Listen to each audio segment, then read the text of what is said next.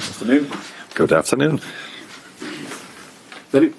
Arne, I know obviously last night you said that you hadn't spoken to Richard Hughes or any of the ownership group last night, but have you been able to since? And if so, what have those conversations been like? Has the support that you spoke about last night been reiterated to you?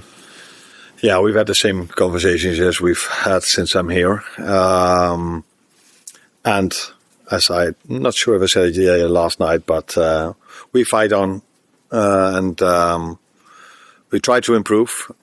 That's what we all try. But the conversations have been the same as they've been for the past 1.5 years. For you at the moment, is there an anger, or maybe that's too strong? Is there a frustration or a feeling of being let down by your players at the moment who aren't necessarily reaching the standards that we've come to expect from them? No, not at all. Although I do agree with you that our standards, and with our I mean the team, have not been of the standards that we are used to and that we want. So we think we can play better than we do. But last season, when we did really well, there was a lot of focus on certain individuals, and I always said it should be about the team, and the team makes the individuals look very good. And if the opposite is happening, we should also look at the team and not at the individuals. So that's where it's about for me. But you also said that you have to look at yourself. What can you do different, if anything?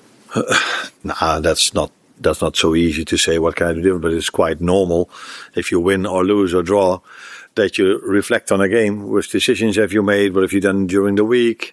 All kind of usual things managers do if they win or lose. But maybe you do it a little bit more if you lose.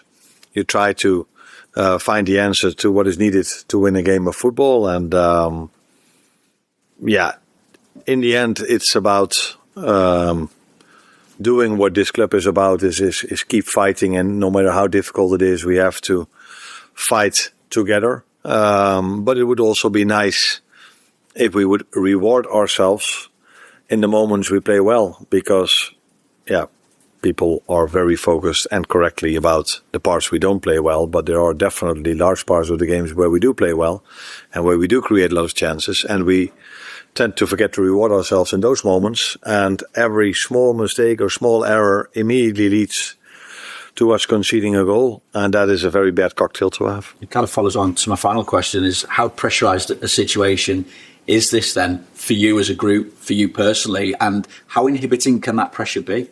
No, there's a lot of pressure if you work or play at a top club, and even more so if you start losing more games than this club or this players or this manager is used to.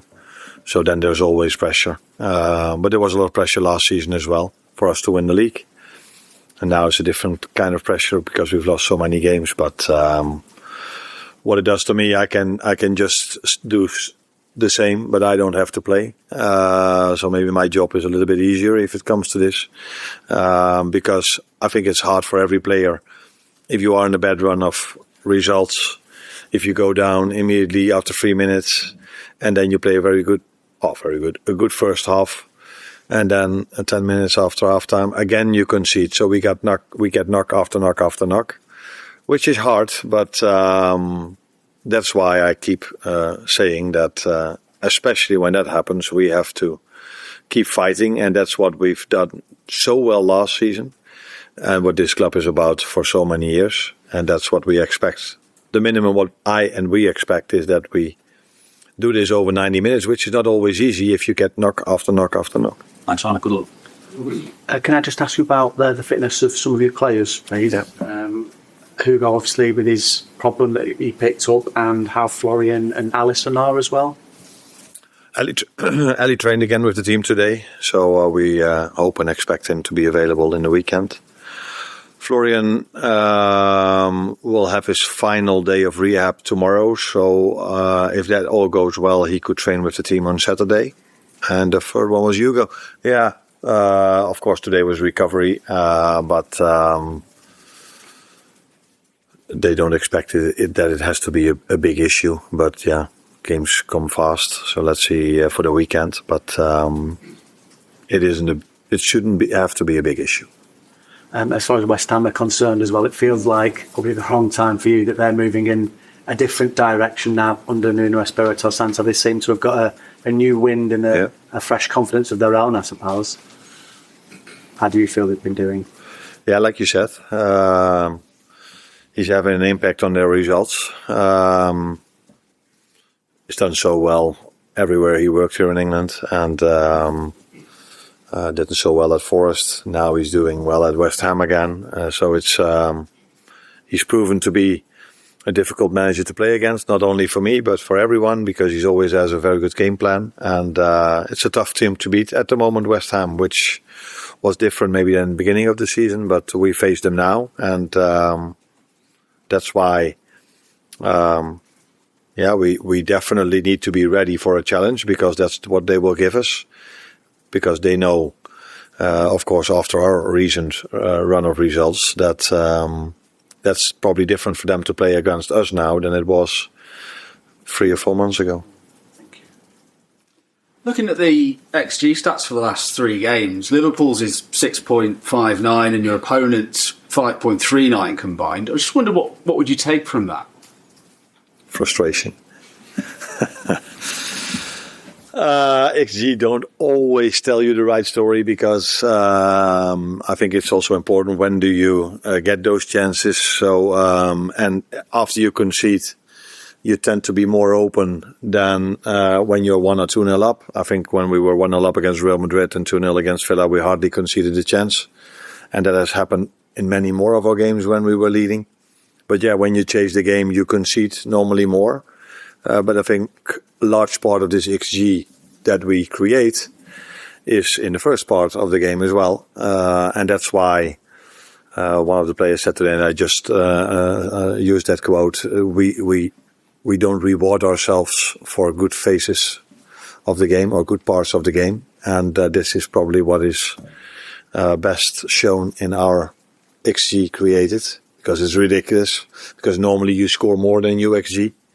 The amount of times you see a team scoring 3 or 4 goals from a low XG value, and then if you see our XG yesterday evening, but yeah, I didn't need XG to know that we missed a lot of chances. And Curtis Jones gave quite a passionate interview after the game last night. I just wondered what you thought of what he said, and that kind of passion, that anger, that frustration. How does it feel when you hear your players speaking like that? Then you assume that I heard what he said, and that is what I didn't. So after the game, I have to do 120 interviews.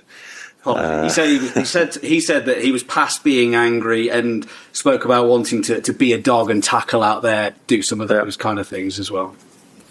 Really good if you bring it to the game, and I think this is what the players at least tried to do yesterday. All the data in terms of running data were very high. They had a lot of personal bests, so they tried yesterday a lot, but it didn't lead to anything in terms of result. And I think this is what he is saying. If we can bring this as a team to the game, this is where is the minimum I expect, and the minimum defense expect from us, that we fight. And this is, I use the word fight, he uses probably some other words, but I think we're on the same page when it comes to how we want to get out of this situation. At the back. Hi, Alan. Just wondering how you go about restoring damaged confidence, because I assume that's something else. You can't train that into them. But is there anything you can do to try and help them? Because it's often morale is so low on the pitch at times. That last thing I think should be said extra at times, because I don't see it being low when we start the game. I didn't even saw it low after we conceded a 1-0 yesterday. But after the 3rd, the 4th or the 5th knock, then after the 3-1, I also saw a very difficult 5 to 10 minutes. But before that, even when we conceded the 2-1, again had a disappointment. We were able to generate enough chances, enough XG to make the 2-2. But after they scored the 3-1, I could indeed see that it hurt the players, and that wasn't the period where our fighting spirit was the best in the game, to say it mildly. When they're in that mindset, are you confident your message is still getting across to them? after the 3-1, it's very difficult to get a message across to them when I'm at the sideline. But before the game and during halftime, I think the message comes across to them. If I see how we create our chances, it is a lot of the things we train and what is in the meeting. But unfortunately, it doesn't lead to goals, and that is difficult for them, for me, for our fans, for everyone. But that the message comes across is very clear to me if I see the way we generate our chances. That is a lot from the work we do on the training pitch and during the meetings. So yeah, that's for me, that's obvious. But yeah, when we're 3-1 down, then it's difficult to get the message across. If you're standing not so far, but if you're not standing on the pitch. Beth? Can I just ask about Joe Gomez? I know you obviously said the other day he had an injection last week, but how close is he to being able to play sort of meaningful minutes? Oh, close. He could have been involved yesterday as well in terms of minutes. But yeah, when we are 2-1 down or 3-1 down, I tend to make offensive substitutions. And for him to start a game is also definitely a possibility. But Konate didn't train 2 days before the game. He was a bit of a liability 2 days before. And then if you don't have that many defenders to start with, two players that maybe might not be able to play the whole 90, that's kind of a risk as well. So I decided to keep him. How do you say this? But you know probably what I mean. To keep him there for if Ibu was injured, and not to have to make two substitutions, because then probably would have ended up with one or two defenders. How did you sleep last night? What do you think? Not so well. No, not the best. Not completely poor. It wasn't as if I lie awake for the whole night. But although if we win, I don't sleep well. Also, so then there's probably a lot of adrenaline, and now there's a lot of thoughts going through your mind. But I had a few hours of sleep, enough to be able to be fresh again this morning. Peter Bosz yesterday said after the game that he would have a drink with you. Did you have that drink? What did you talk about? No, unfortunately, I asked him to come in, but I had quite a lot of media work to do. And afterwards, when I came in, it was already a bit too late. So I will text him today to one more time, congratulate him. So we didn't have time to have drinks now. Is he also someone you would talk to about having some advice for facing this challenge? Because he's been through this before. For you, it's the first time. I think there are a lot of people which I could call for advice, but there are a lot of people working at this club that can give me very good advice as well. No.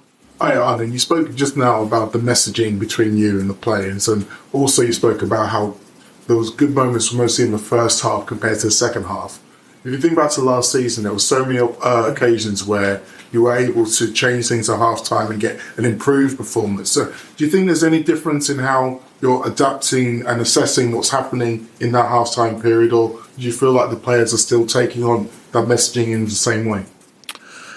I think we always remember the last one or two games the most. I think our second half performance against City was much better than our first half performance.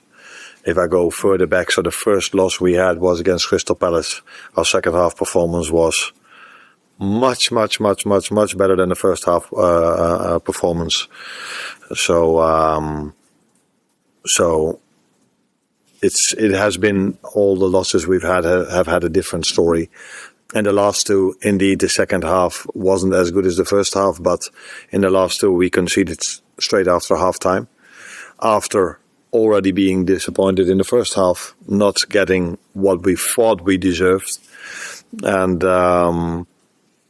like I said, in my opinion, the players kept on fighting after 2-1 because we were able to create 2 or 3 very good moments and chances. The Cody Gakpo header is, I think, usually a goal. But this moment of time, not for us. We've generated enough set pieces in that part of the game as well. But after the 3-1, again, that's the part people tend to remember, which is normal because the last part of the game. That was, of course, not of the standards and of the fighting spirit we would like to have in our team. Well, Arne, when you lose pretty successful games, do you look at the team and think it maybe needs a jolt? Do you look at the players who have less minutes, like Gomez and Enzo Chiesa, and think they might be able to run the team now, or have you seen enough from players that this can change the ones who have been playing? I think you consider everything. Until now, I've decided differently. But they train with us every single day, and they can prove themselves in those moments. And it's always a balance between, if you don't change, people think, you should change more. And I think there was a period of this season where we lost, and I made a few changes where people complained about the fact that I made a few changes too much. And there was never any time the same team. So, of course, I consider, but I cannot tell you what the end product of that consideration is for Sunday yet. Thank you, Dan. Great talk. Thanks, Arne. Take care. Thanks, Arne.